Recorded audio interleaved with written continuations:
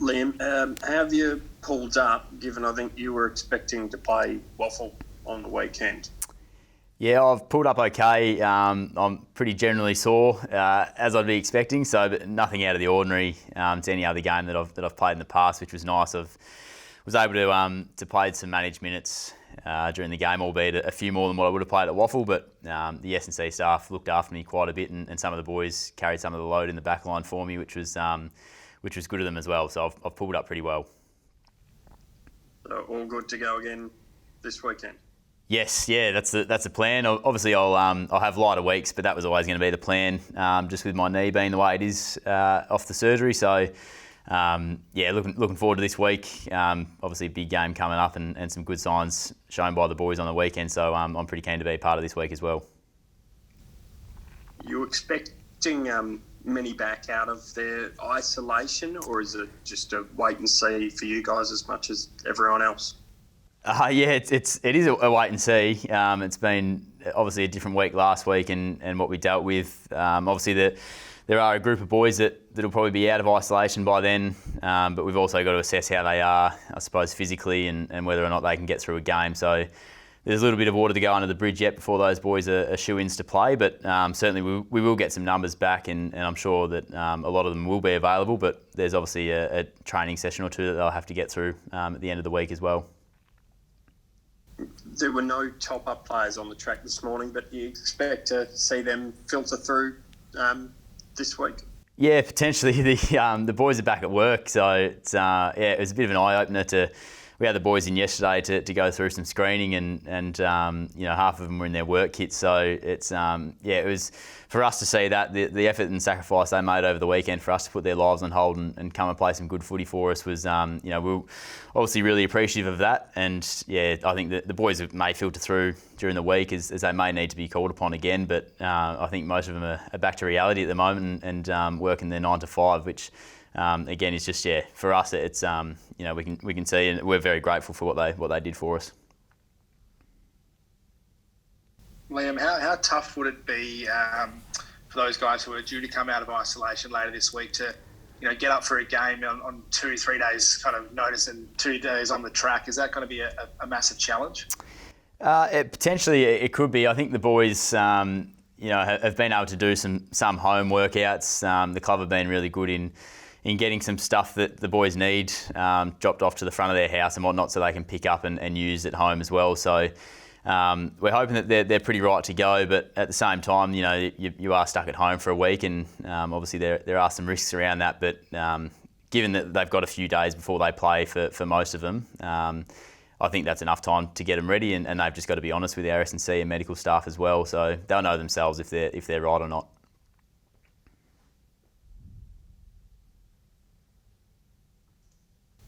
Yeah, g'day, Liam. Ben from afl.com.au. How's the mood within the group? Obviously, it's been a crazy week, and I'm sure you've spoken to a few of the guys in ISO on WhatsApp or whatever. But what's the mood like within the group? Mate, it's been really good, to be honest. It's I think you could understand if the boys were a little bit flat and a bit down, and it's actually hard to get some contact face to face at the moment. But I think the mood that we had going into the game last week was superb. It was one of the more enjoyable games that I've been a part of in my time at the footy club, which I think speaks volumes of how the club, the staff and all of us players were able to handle the week. I think the new blokes brought a lot of energy. We had some first gamers that are on our list as well that got an opportunity too. So I think we've really built a good sort of culture around that at the moment, and the sense of belonging, and I think that's held us in good stead to play some good footy, albeit under some pretty trying circumstances. So the vibe around the group is really good, and I suppose we just can't wait to all be back together fully, because I think we're building on something pretty good here. Just on the injury front. There's been a bit of talk about, a bit of commentary about the integrity of that game. Just from your perspective, being in the group in the lead up to the game, what did it feel like? Did it feel like a free hit, like you had nothing to lose, or was it a game you genuinely felt you could go out and win?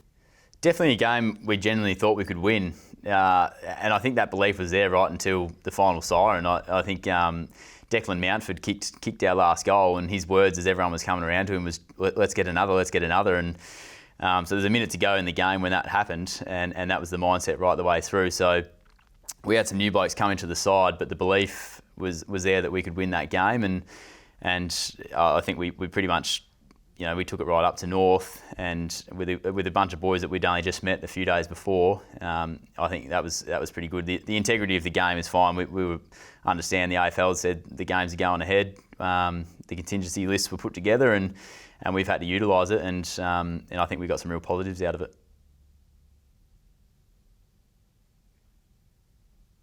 Just on the injury front, Liam, no Andrew Gaff, obviously on the weekend, and wasn't at training today. Do you expect him to be out for a little while longer, or are you hoping he's back this week? Hoping he's back this week. Just seeing Gaffy down there before.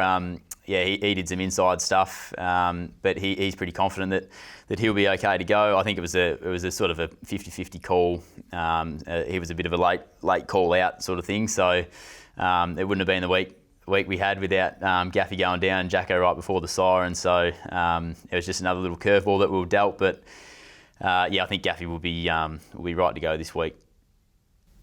And Jacko obviously running laps today. Yeah, how's Jacko going? Yeah, Jacko, that was a bit of a different one at the time. There was a bit of pain around his knee somewhere. I'm not exactly sure what it was, but he said it settled down really well, and obviously he was out there putting himself through a fartlek session. So that's a good sign that if you're up and going early in the week, that he might be okay as well. And Luke Shuey said after the game that he maybe gave him a quick few words before to toughen up. Did you get around to Jacko as well? I know you're pretty close with him. Yeah, no, I've got to be careful with Jacko because he's one of the tougher blokes out on the field. So if I'm having a crack at him, I'd want to make sure I'm doing everything I could to put my head over it. But it was a funny one. That he told me to tell you that he got shot because that's sort of how it looked. But no, he should be right, which is good. And Bailey Williams, we understand, may have gone into the health and safety protocols. It's a bit of a blow if that's true. Obviously carried a fair bit of the ruck load on the weekend. Yeah, I'm actually not 100% sure, mate, about that. It's a weird week, as I said, and it's still continuing this week, and we've obviously separated ourselves a lot, so I'm not all over what the situation with Bailey is, to be honest. But certainly we're trying to do everything we can in here to mitigate the risk and not meeting together and doing our stuff online. So it's a little bit hard to keep in touch with some of the boys at the moment. Have you gone into sort of like a little bit of a lockdown? Not a lockdown, but are you reducing going out and about given there's been so many people with COVID in the group? We have been. Yeah, we certainly are keeping an eye on.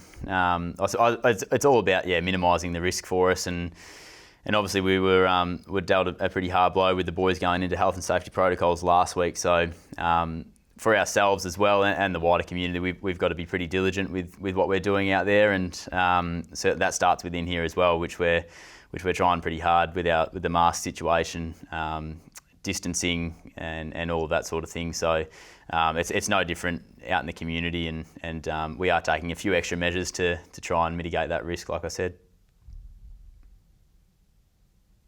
And what have you made of Fremantle so far, Liam? A bit of an up and down start to their season. Have you had a chance to look at them yet? Not just yet, but obviously the two games that we've played in the pre-season, Freo have been able to get over the top of us. The first one was obviously really not us, and the second time I think we made some progressions on that, and I think the last couple of weeks we've been able to get a lot better. So as we start to turn to Freo after today, pretty exciting to be able to challenge them again and come up against them, who they've got us the last couple of times. So we've got a bit of practice against them now, but we'll delve a bit deeper into what they've done the first two rounds, probably Wednesday or Thursday. And just a quick one on Jamie Cripps. He looks like he's fairly ahead of schedule. He's doing a fair bit on the track. You expecting to see him back in proper action soon? Yeah, he's annoying me at the moment with how up and about he is, and he's flying around trying to get in your face. But it's good to see for Cripper. Obviously, it's been an upper limb injury or surgery. He's been able to be on the track basically a week or two after the actual operation. So he's been able to stay really fit. He's got the load in the legs. So once he's able to get the shoulder right with contact and all of that stuff, I'd say, he's ahead of schedule, and hopefully he can be back in the side sooner rather than later. But they won't take any risks with him, but he's certainly looking pretty good. Liam, fingers crossed the COVID situation gets better for you guys, but could it get worse, and are you prepared for that if it does? Your guess would be good as mine with what's going to happen. It's obviously last week was a bit of a shock, but I think the way the club dealt with it was a credit to them, and I think we're in a better position now to know how to react in those situations. And I suppose reaction's one thing, but being in that preventative mode as well is probably really important for us too. So I think the numbers that we had last week was quite high into the health and safety protocols. I hope it's not that large again, but there's not to say that it won't happen again, but certainly we'd like to keep it from not being that large. Hey Liam, just from a preparation standpoint on the weekend, how different was it with all the top-up players coming in? Was there a different kind of mood in terms of how you guys were kind of trying to prepare for North, kind of not knowing which teammates will be playing where? A little bit. A lot of it was get to know. The blokes that came onto or into the side for us and travelled with us. So I really enjoyed that aspect of getting to know the new boys, and I think what that meant for us as a team and as coaching staff, that we had to keep it quite simple. These boys have all come from their own waffle clubs where they're doing or playing a certain style of football, and obviously we've got the style that we want to play and the brand that we're trying to promote. So we had to sort of connect them as best we could with it, but we never overcomplicated things. And I think some of us senior players enjoyed the simplicity and the less is more approach as well, which I think helped us all sort of just play to our strengths and hunt around the ball and bring the heat, which I think the boys did for the most part of the day. It sounds like the derby will be played in front of a bigger crowd, increasing to 75% capacity. How exciting is that, to have the derby in front of a slightly bigger crowd than you would have had against Gold Coast? Yeah, it's great. It's the more people we can get in there safely is the better for everyone, I think. So it's great that the derby this week sort of coincides with the increase in crowds, and we all love the derby. WA is sort of it builds as the derby arrives. So we're really looking forward to the challenge. Obviously, there is a lot going on internally, and but that's for us to deal with, and hopefully the crowd can get in there and enjoy a great game on Sunday. Hey Liam, Julian here from 6PR.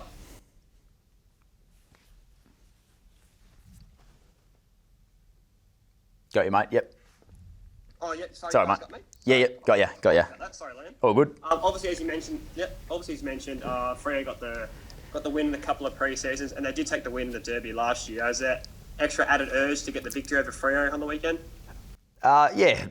There always is, mate. It's each week we go in with the mindset that we want to win the game and do everything we can. It obviously increases a little bit against Freo, and the last three times that we've played them, they have been able to get over us. So there's nothing like we owe these, this mob or anything like that. It's not that old school mantra, but it's certainly a challenge that we want to come head on with, and I think we're in a really good position with what we've built on in the last couple of weeks to attack Freo and take it right up to them. So the confidence here is high, the belief is high, and we just need to bring it out and show it on Sunday.